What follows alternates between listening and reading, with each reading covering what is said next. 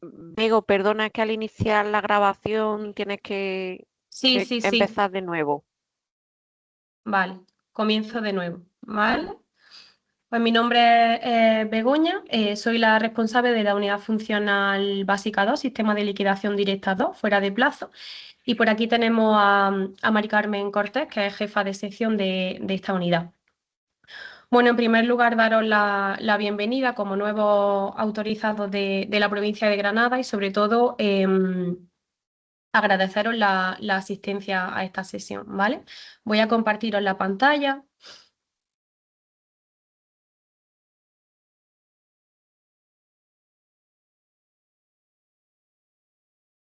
Vale, yo creo que me estáis viendo.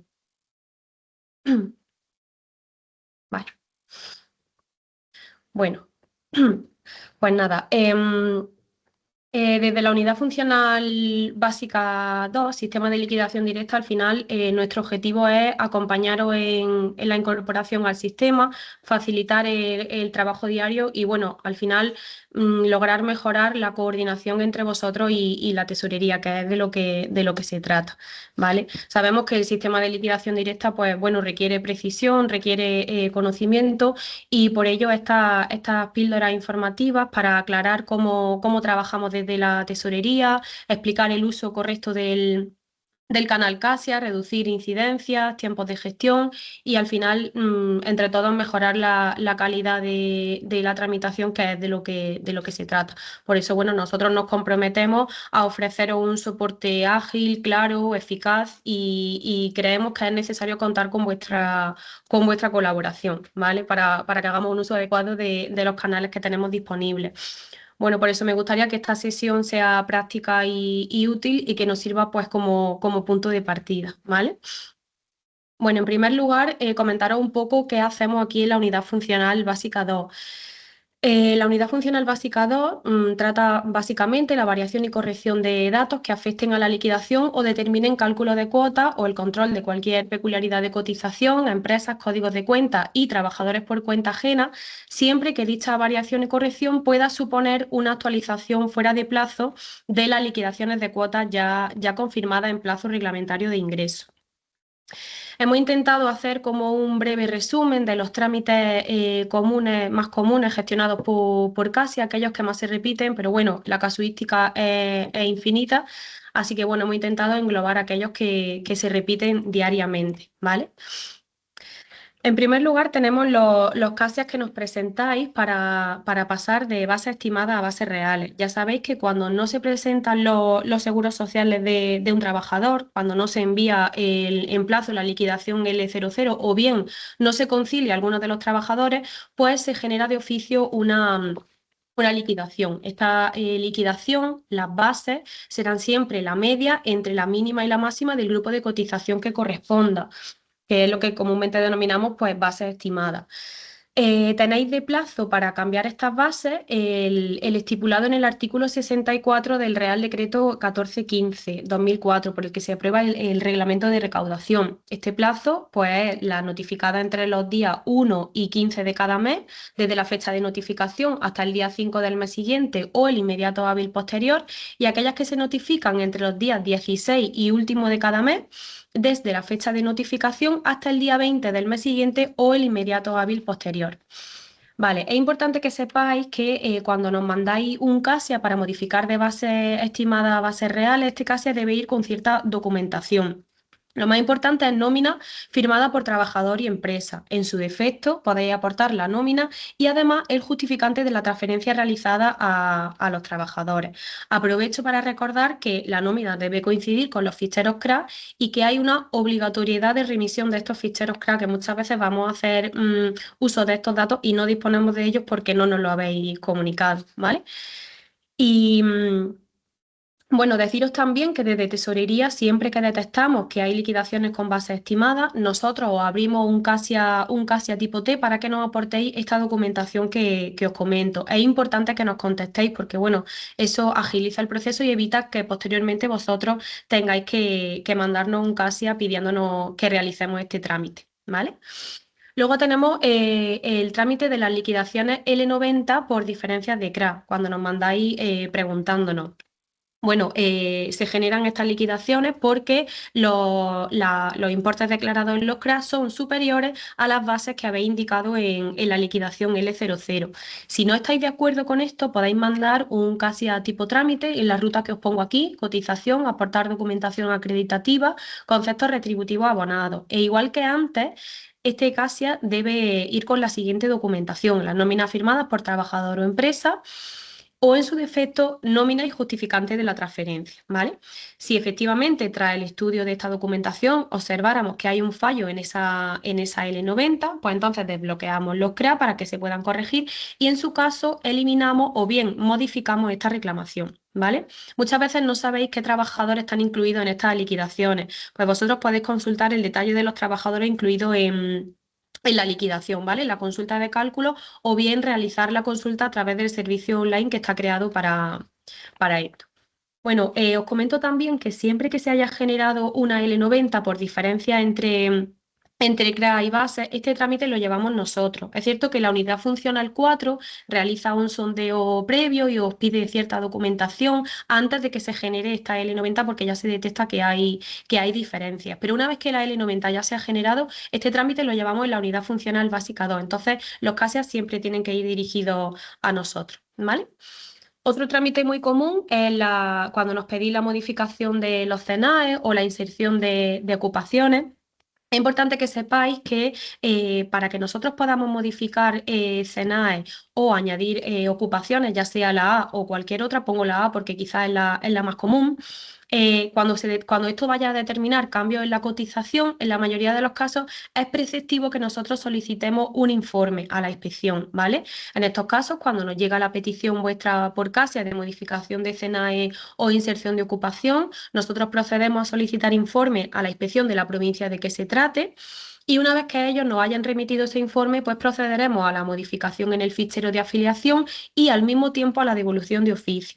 Por eso es importante que en ese mismo CASIA, cuando nos lo comunicáis, no nos solicitéis la devolución, porque hasta que nosotros no pedimos el informe, la inspección nos contesta, nos lo envía y demás, no vamos a poder hacer la devolución. Entonces tenemos que desestimarla. Pero no os preocupéis, que en cuanto nosotros tengamos el informe y hayamos hecho los cambios, esta devolución se va a realizar de oficio, ¿vale?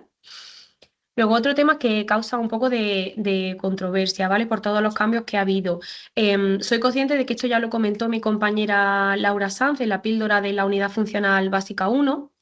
Pero bueno, recalco el tema de las vacaciones, ¿vale? Sabéis que en el caso de reconocimiento de la IP con reserva de puesto de trabajo de 2 años, aquellas que son revisables, conforme a instrucciones que nos han llegado recientemente de servicios centrales, no podemos mecanizar la baja 58, ¿vale? Porque esta baja 58 únicamente se utiliza cuando la declaración de incapacidad permanente tiene carácter extintivo del contrato, ¿vale? Y no cuando esto vaya a determinar una suspensión de la relación laboral. ¿Qué pasa? Que si hay una reserva de puesto y esta incapacidad se declara como revisable, realmente la relación laboral no está extinta, está suspendida. Entonces, la baja 58 no se puede mecanizar hasta que no transcurran estos 2 años. Por consiguiente, tampoco podemos mecanizar las vacaciones. Entonces, hasta que no transcurran estos 2 años, en función de si ha habido o no ha habido reincorporación, puede ser antes, no podemos anotar baja 58 y por consiguiente no podemos anotar vacaciones, ¿vale? Así que en estos casos, pues no nos pidáis que anotemos vacaciones, no se las abonéis a los trabajadores, puesto que no es posible anotarlas, ¿vale? Hasta el transcurso de los 2 años. Bueno, aquí he hecho como un breve resumen de otros trámites que también se repiten mucho en CASIA, como por ejemplo es la solicitud de información sobre embargos que han llegado a cartas de embargo, información sobre aplazamientos, los plazos y demás. Vale, sobre esto comentaros que los embargos y aplazamientos se gestionan exclusivamente por las unidades de recaudación ejecutiva, no por la unidad funcional básica 2, ¿vale? Es cierto que ellos no utilizan el canal CASIA como medio de atención, pero para poneros en contacto con ellos, pues podéis acudir al registro electrónico situado en la sede electrónica o bien a cualquiera de estos 2 teléfonos que si queréis lo podéis anotar, ¿vale? Marcando la opción 4.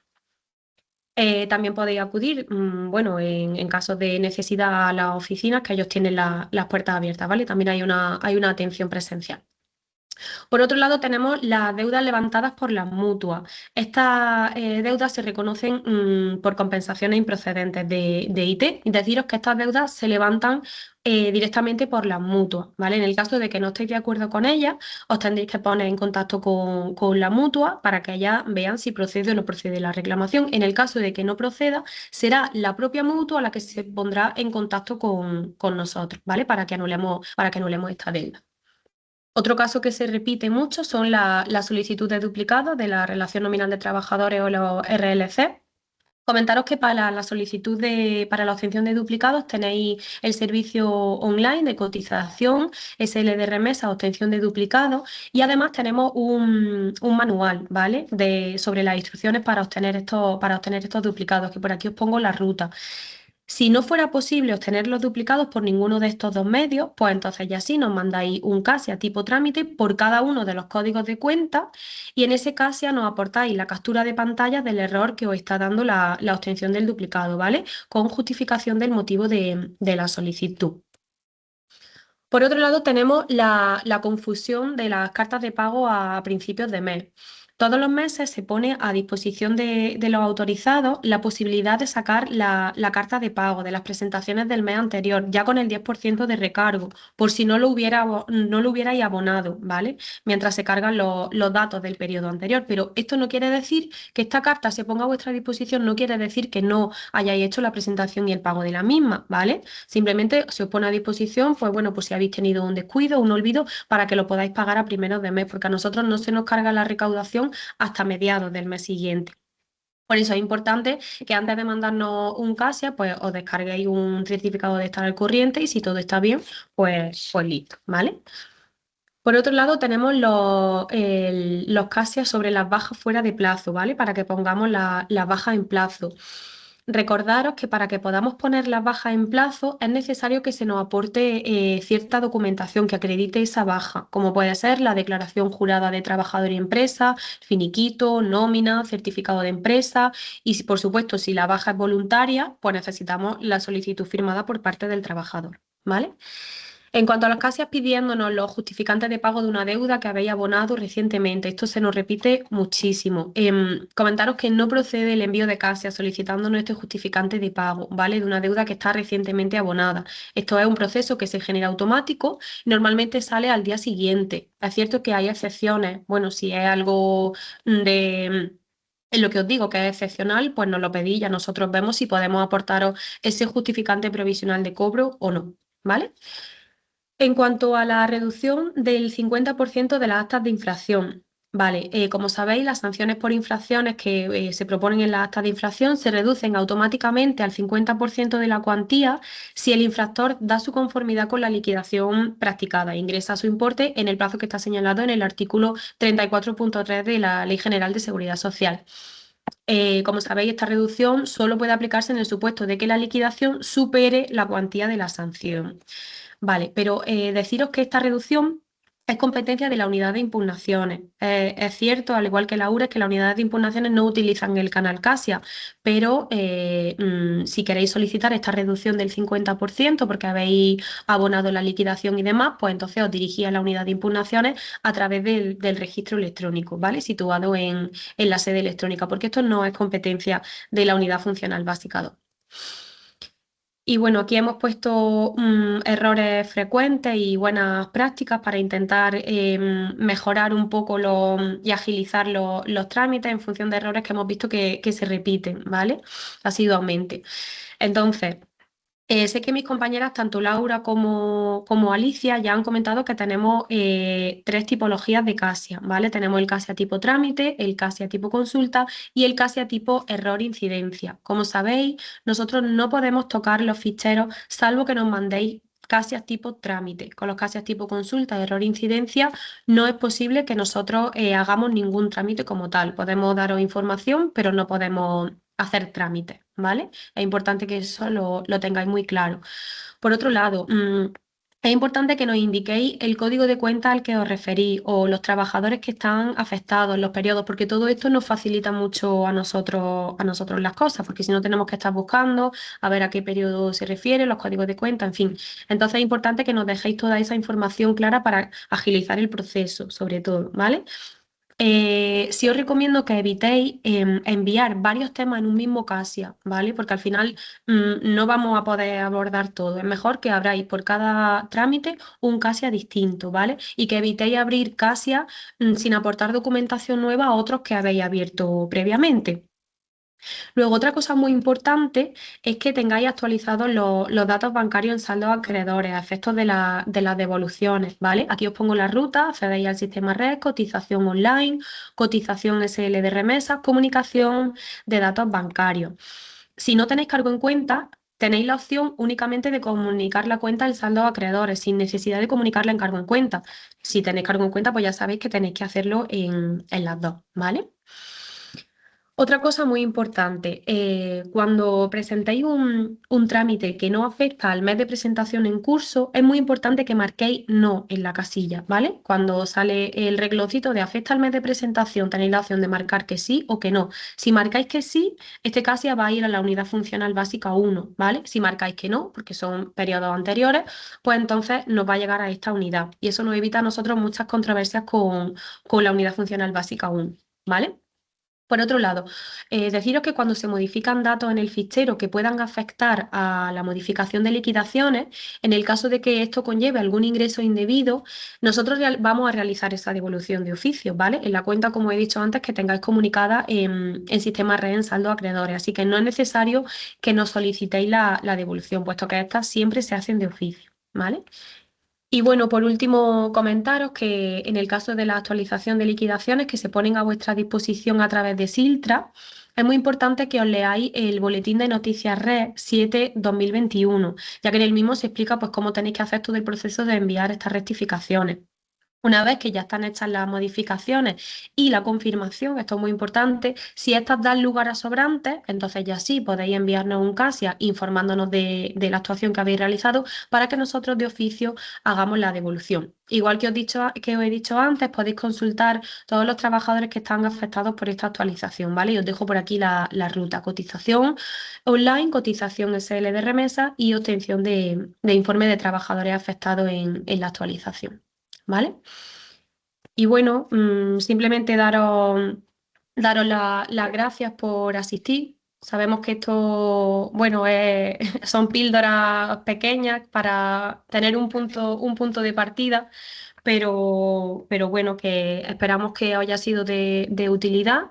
Deciros que estamos a vuestra disposición para lo que necesitéis y que esperamos que los trámites sean ágiles y que esto mejore muy pronto y bueno, por nuestra parte nada más. No sé si tenéis algo que decir, si algo que indicar.